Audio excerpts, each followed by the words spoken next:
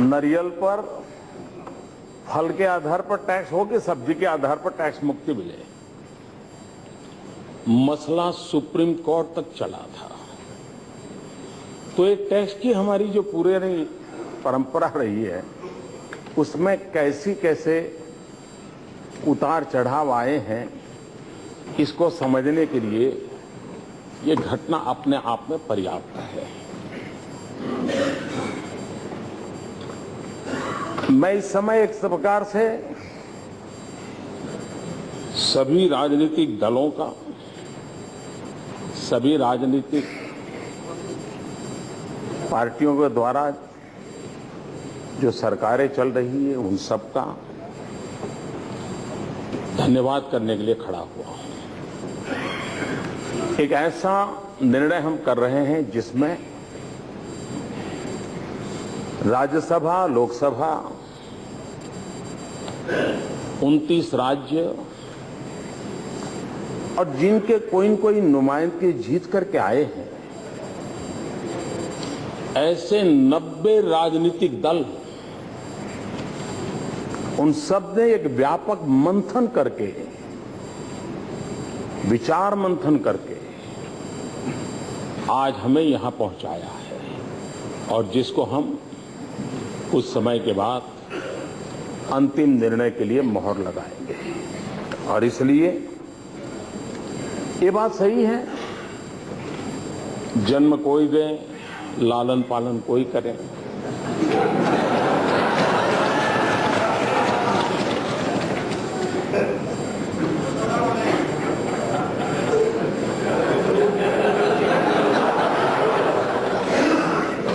कृष्ण को जन्म किसी ने दिया, कृष्ण को बड़ा किसी ने बनाया,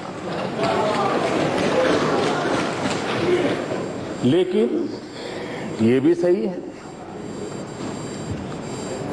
कि ये किसी दल का, किसी सरकार का विजय नहीं है।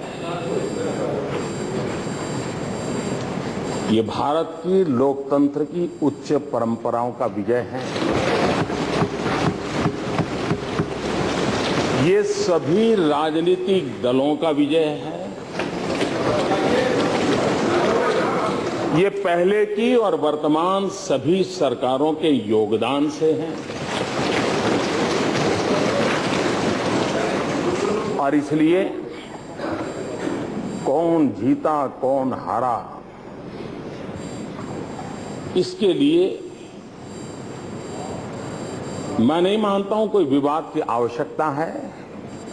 और इसलिए एक मिनट प्लीज, 1 मिनट।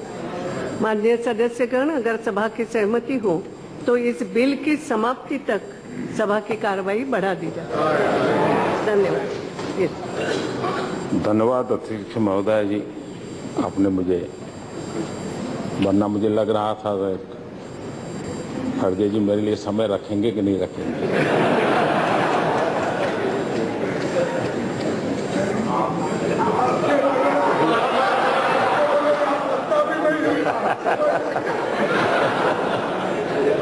मैं आपका बहुत आभारी हूं इस बधाई के लिए। जीएसटी का मतलब है great step by team India. GST का मतलब है great step towards transformation. GST का मतलब है ग्रेट स्टेप्स टवर्ड्स ट्रांसपेरेंसी। और इसलिए हम एक नई व्यवस्था से जुड़ रहे हैं। एक भारत श्रेष्ठ भारत, ये हम सबका सपना है। और एक भारत, जब हम रेलवे की तरफ देखते हैं, एक भारत की अनुभूति आती है। जब हमारे डाकखाने देखते हैं, एक भारत की अनुभूति आती है। जब हमारे ऑल इंडिया सिविल सर्विसेज को देखते हैं, एक भारत की हमें महक आती है। हम आईपीसी, सीआरपीसी की तरफ नजर करते हैं, तो एक भारत की हमें पहचान मिलती है। जब आज हम भारत नेट की बात करते हैं, डिजिटल इंडिया की बात करते हैं, सागर माला की बात करते हैं, ये सारे उपक्रम एक भारत इस भाव को बल देते हैं, ताकत देते हैं। और उसी सिलसिले में आज जीएसटी वो एक नया मोती इस माला में हम परो रहे हैं, जो एक भारत के भाव को ताकत देता है। ये सिर्फ कर व्यवस्था नहीं है, सब राज्य और केंद्र मिलकर के एक ऐसी व्यवस्था विकसित करे जिसमें छोटा सा छोटा राज्य हो या बड़ा सा बड़ा राज्य हो, सबको ये व्यवस्था अपनी लगे। ये एक भारत को ताकत देने वाली बात है और उस अर्थ में मैं इसका बड़ा महत्व समझता हूं। कभी कभी जीएसटी को लेकर के संशय भी रहे। मैं जब मुख्यमंत्री था मेरे मन में भी बहुत संशय थे। प्रणब मुखर्जी साहब से मैंने कई बार उस पर विचार विमर्श भी किया था। और आज जीएसटी को एक मुख्यमंत्री के नजर से देखने के कारण प्रधानमंत्री बनने के बाद उन मुद्दों को एड्रेस करना मेरे लिए सरल रहा। वो अनुभव मुझे काम आया और उसके कारण उस समय राज्यों की जिन बातों को हम एड्रेस नहीं कर पाते थे,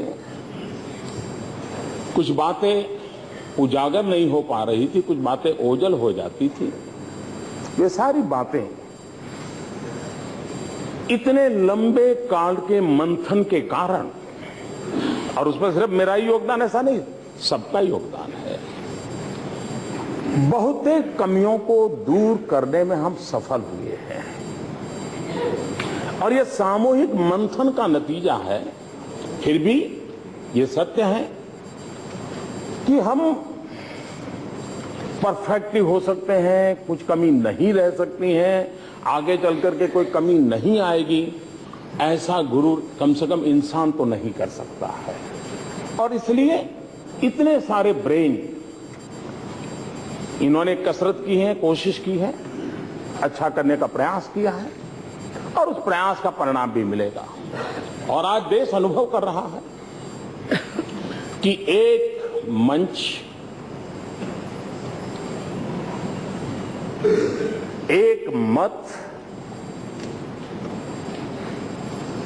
एक मार्ग, एक मंजिल, ये मंत्र आज जीएसटी के इस सारी प्रोसेस में हम सब ने अनुभव किया है। और इसलिए ये बात सही है कि राज्यसभा में अंक गणित में तो ये बिल संकट में आ सकता था। ये भी सही है कि राज्यों को केंद्र के प्रति अविश्वास का माहौल था, अपने अपने अनुभवों के कारण था। और इसलिए सबसे बड़ी आवश्यकता थी कि राज्यों के में और केंद्र के बीच एक विश्वास पैदा हो। सबसे बड़ी आवश्यकता थी कि ये बात बहुमत के आधार पर निर्णय न हो। हम कतई नहीं चाहते थे, और मैंने पहले भी इसी सदन में कहा है कि लोकतंत्र ये सिर्फ बहुमत के अंक का खेल नहीं हो सकता है, ये सहमति की यात्रा है, सहमति की यात्रा है और सहमति की यात्रा से आगे बढ़ते हैं। और इसलिए हम लगातार विचार विमर्श करते रहे। आज हमारे मोइली साहब को एक बात का बहुत बुरा लगा कि इस हाउस को जूनियर हाउस कहा जाता है। जो लोग इस प्रकार के शब्द प्रयोग करते हैं उन लोगों को आपका मैसेज जरूर पहुंचेगा। वो बदलेंगे कि नहीं बदलेंगे तो कहना कठिन है, लेकिन पहुंचेगा। लेकिन जब मैंने विचार विमर्श के लिए आदरणीय सोनिया जी को बुलाया था, आदरणीय मनमोहन सिंह जी को बुलाया था, एक लोकसभा से थे, एक राज्यसभा से थे, मैंने दोनों को बराबरी का महत्व देते हुए जीएसटी को लेकर के विचार विमर्श किया था। और इसलिए हमारी ये कोशिश रही है, सबके सुझावों को स्वीकार करने का प्रयास किया गया है। हम जानते हैं कि एक अभूतपूर्व सहमति का माहौल पैदा हुआ है और इसमें से एक शक्ति पैदा होती है, जो शक्ति राष्ट्र के लिए एक बहुत बड़ी अमानत होती है। हम सब अलग अलग राजनीतिक विचारों से जुड़े हुए हैं, राजनीति हम लोगों के जहन में है और हमारी बातों में कहीं न कहीं वो आ जाना भी बहुत स्वाभाविक है। लेकिन इस पूरे जीएसटी की चर्चा में हमने देखा कि पवित्र स्थान हम में से किसी ने इसको राजनीति का मंच नहीं बनने दिया। ये राष्ट्रीय मंच बना, राष्ट्रीय हितों को सर्वोपरि मानकर। ये भारत के लोकतंत्र के उज्जवल पहलुओं में से एक है। राजनीति से ऊपर राष्ट्र नीति होती है।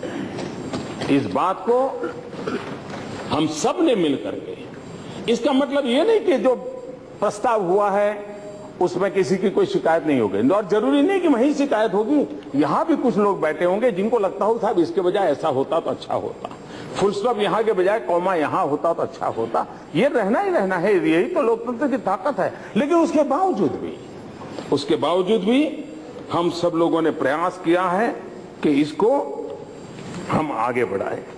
इस जीएसटी की व्यवस्था के कारण बहुत बड़ी सरलताओं की संभावनाएं हम देख रहे हैं। आज हम जानते हैं हर राज्य में अलग अलग भांति के फॉर्म भरना, ये भरना, इतना बड़ा लंबी प्रोसेस होती है और सरकारी अफसरों का भी उन कागजों को करने में अभी एक यूनिफॉर्मिटी आ जाएगी। इसमें टैक्स सिस्टम के अंदर, उसकी प्रोसेसिंग के अंदर, टैक्स के रेट के अंदर, और इसका एक सीधा परिणाम होने वाला है। एक मैसेज बहुत क्लियर जाने वाला है, consumer is a king. GST की सबसे बड़ी एक विशेषता यह है कि इससे साफ मैसेज जाने वाला है, ultimately consumer is a king. और एक कानून, एक व्यवस्था कंज्यूमर को किंग बनाए, ये मैं समझता हूं अपने आप में एक बहुत बड़ा योगदान